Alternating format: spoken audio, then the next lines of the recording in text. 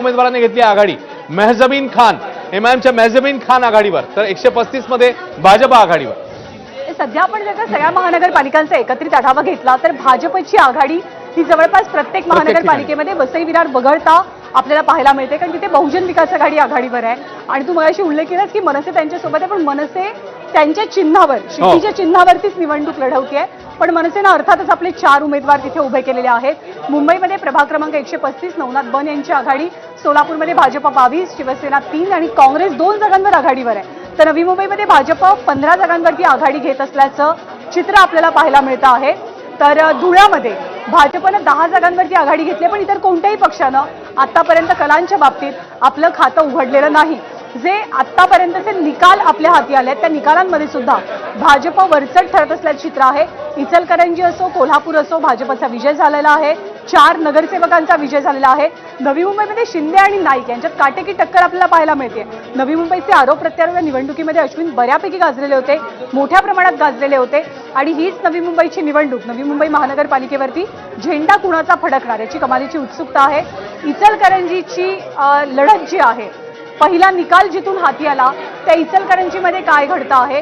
10 जागांवरती भाजपची आघाडी, भाजपचे 4 उमेदवार नगरसेवक हे आधीच विजयी झालेले आहेत। तर इतर वगळता अन्य कोणत्याही पक्षानं इचलकरंजीमध्ये खातं उघडलेलं नाही किंवा कलांच्या बाबतीत सुद्धा आघाडी घेतलेली नाही।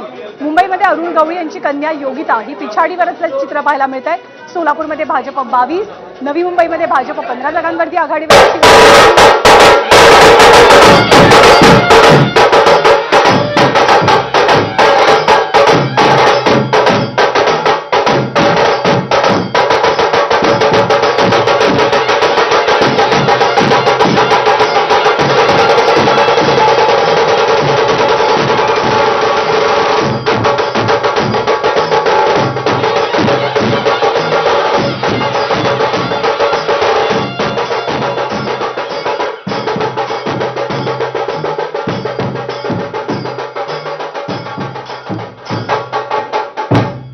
हे ढोलताशे भिवंडीसाठी वाजलेले आहेत। प्रभाग क्रमांक 17 मधनं भाजपचे 3 उमेदवार विजयी झालेले आहेत। मुंबई वगळता सगळ्या ठिकाणी ही प्रभाग पद्धतीची निवडणूक आपल्याला पाहायला मिळाली।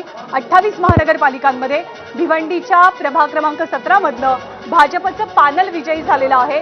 3 उमेदवारांना विजय मिळतोय। तर मीरा भाईंदरमध्ये तासाभरानंतर मतमोजणीला सुरुवात झाली आहे, त्यामुळे यावेळेला अगदीच दीड तासामध्ये आकडे समोर येतील असं चित्र पाहायला मिळत नाही। नवी मुंबईमध्ये शिंदे आणि नाईक यांच्यात काटेकी टक्कर पाहायला मिळते। शाब्दिक युद्ध मोठ्या प्रमाणात रंगलं, पण मतांच्या युद्धामध्ये कोण जिंकणार हे पाहावं लागेल। अकोल्यामध्ये ईव्हीएम मध्ये काहीसा तांत्रिक बिघाड झालेला आहे आणि त्यामुळे अकोल्याची मतमोजणी सुद्धा संथ गतीनं सुरू आहे। भिवंडी निजामपूर महानगरपालिका भाजप 9, पण इतर कोणत्याही पक्षानं आपलं खातं उघडलेलं नाही।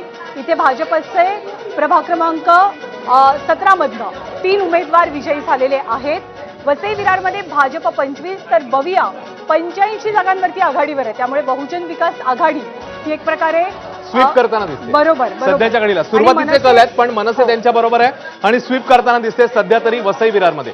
भिवंडी प्रभाग क्रमांक 9 मधून काँग्रेसचे 4 उमेदवार जिंकले आहेत। भिवंडीतली अपडेट, प्रभाग क्रमांक 9 काँग्रेसचे 4 उमेदवार भिवंडीमध्ये विजयी। काँग्रेसने तिकडे 4 उमेदवारांनी त्यांचा विजय मिळवलेला आहे। भिवंडीतली अपडेट, एकूण 4 उमेदवार प्रभाग क्रमांक 9 मधून काँग्रेसचे जिंकलेले आहेत। भिवंडीची ही अपडेट, पॅनल तिथून निवडून आलेलं आहे, कारण संपूर्ण पॅनल विजयी झालाय प्रभाग क्रमांक 9 मधनं।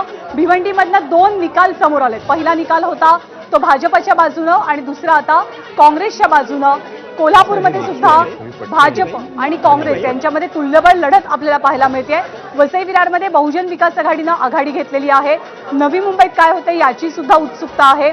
उल्हासनगरमध्ये 5 जागांवरती भाजपची आघाडी आहे। शिंदेच्या शिवसेनेची 3 जागांवरती, पुण्यामध्ये 32 जागांवरती भाजपनं आघाडी घेतली, तर राष्ट्रवादीनं 10 जागांवरती। त्यामुळे पुण्यामधली राष्ट्रवादी विरुद्ध भाजप या लढतीत भाजपची सध्या सरशी होताना आपल्याला चित्र दिसतंय। मुंबईची 46 जागांचीच मतमोजणी सुरू आहे, त्यामुळे मुंबईत भाजप 14 आणि शिवसेना 13 अशी जागांची आघाडी आहे युतीची। तर ठाकरे 8, मनसे 5 आणि काँग्रेस 5, 27-13 हे चित्र आहे मुंबई महानगरपालिकेमधलं 46 जागांसाठीचं। वसई राष्ट्रवादी या लढतीत भाजपची सरशी होताना आपल्याला चित्र दिसतंय। मुंबईची 46 जागांचीच मतमोजणी सुरू आहे, त्यामुळे मुंबईत भाजप 14 आणि शिवसेना अशी जागांची तिची तर ठाट मनसे सत्ता आहे मुंबई महानगरपालिकेचं 46 जागांसाठीचं. वसई विरारमध्ये बवियाची आघाडी अजूनही कायम आहे. पुण्यामध्ये भाजपची आघाडी वाढली आहे. 38 जागांवरती भाजपनं आघाडी 38 जागांवरती पुण्यातली आघाडी आपली टिकवून आहे. राष्ट्रवादीनं 10 जागांवरती आघाडी घेतली आहे. ठाण्याचा निकाल जो आहे एक निकाल प्रभाग क्रमांकामधला हाती आलेला आहे आणि त्या निकालानुसार एकनाथ शिंदेंच्या पॅनलला तिथे विजय मिळवलाय. ता निकाल जो आहे एक निकाल प्रभाग क्रमांकामधला हाती आलेला आहे आणि त्या निकालानुसार एकनाथ शिंदेंच्या पॅनलला तिथे विजय मिळवलाय. ठाणे 131 जागांची महानगरपालिका ज्यामध्ये अर्थातच एका पॅनलमधनं शिंदेंच्या शिवसेनेनं विजय मिळवलेला आहे. अश्विन खरंय, पुण्यामध्ये देखील भाजप 38, शिवसेना 2, राष्ट्रवादी 10 जागी आघाडीवर, तर वसईमध्ये भाजप 25, बविया 85 जागी आघाडीवर. त्यामुळे इकडे चित्र समोर येते आहे. अनेक ठिकाणी भाजपने आघाडी घेतली तर काही ठिकाणी बाकीच्या पक्षांना देखील आघाडी मिळताना बघायला मिळते. बविया मात्र वसई विरारमध्ये मोठा लीड घेताना दिसते सुरुवातीच्या कालांमध्ये. तर पुण्यामध्ये भाजप 38, शिवसेना 2, राष्ट्रवादी 10. त्यामुळे नवी मुंबईत मात्र नाईक आणि शिंदे यांच्यामध्ये अत्यंत चुरशीची लढाई, काटेकी टक्कर. नवी मुंबईतलं चित्र, नवी मुंबईतली आकडेवारी आता आपल्या समोर येईल. मात्र एकनाथ शिंदे आणि त्यासोबतच गणेश नाईक यांची आघाडी, तिकडे मुंबई नाईक यांची आघाडी, तिकडे मुंबई प्रभाग क्रमांक 165 नवाब मलिकांचे बंधू कप्तान मलिक पिछाडीवर. 165 प्रभाग क्रमांक नवाब मलिकांचे बंधू कप्तान मलिक पिछाडीवर आहेत. कप्तान मलिक यांच्या उमेदवारीवरनं सुद्धा बरीच चर्चा रंगली होती. एक तर नवाब मलिकांना विरोध होता तो म्हणजे भाजपचा आणि एकनाथ शिंदेंचा, की जर का नवाब मलिक सोबत असतील तर आम्ही काही युती वगैरे करणार नाही. परंतु नवाब मलिकांच्या नावावरती राष्ट्रवादी काँग्रेस ठाम राहिल्याचं चित्र पाहायला मिळालं. लातूरमधले 8 जागांचे निकाल एबीपी माझाच्या हाती आलेले आहेत. पण एबीपी माझाच्या प्रेक्षकांना आम्ही खूप नम्रपणे ही गोष्ट सांगू इच्छितो की इतर चॅनलमध्ये मुंबई मनपाचे जे कल आणि निकाल दाखवले जात आहेत त्याच्या दृष्टीने तुम्हाला असं वाटेल की एबीपी माझावरती तुलनेनं खूप कमी आकडे येत आहेत किंवा निकाल भरभर येत नाही आहेत. पण खरी परिस्थिती अशी आहे की मुंबईमध्ये आत्ता या क्षणी केवळ 46 जागांवरतीच मतमोजणी सुरू आहे. जर 46 जागांची मतमोजणी सुरू असेल तर आघाडी ही 46 जागांच्या पुढची एखाद्या पक्षाची कशी पाहायला मिळेल हाच खरं तर प्रश्न आहे.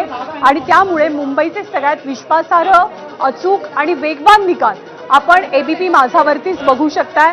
मुंबईमध्ये 46 जागांचीच मतमोजणी सुरू झालेली आहे, ज्यापैकी भाजप 14, शिवसेना 13,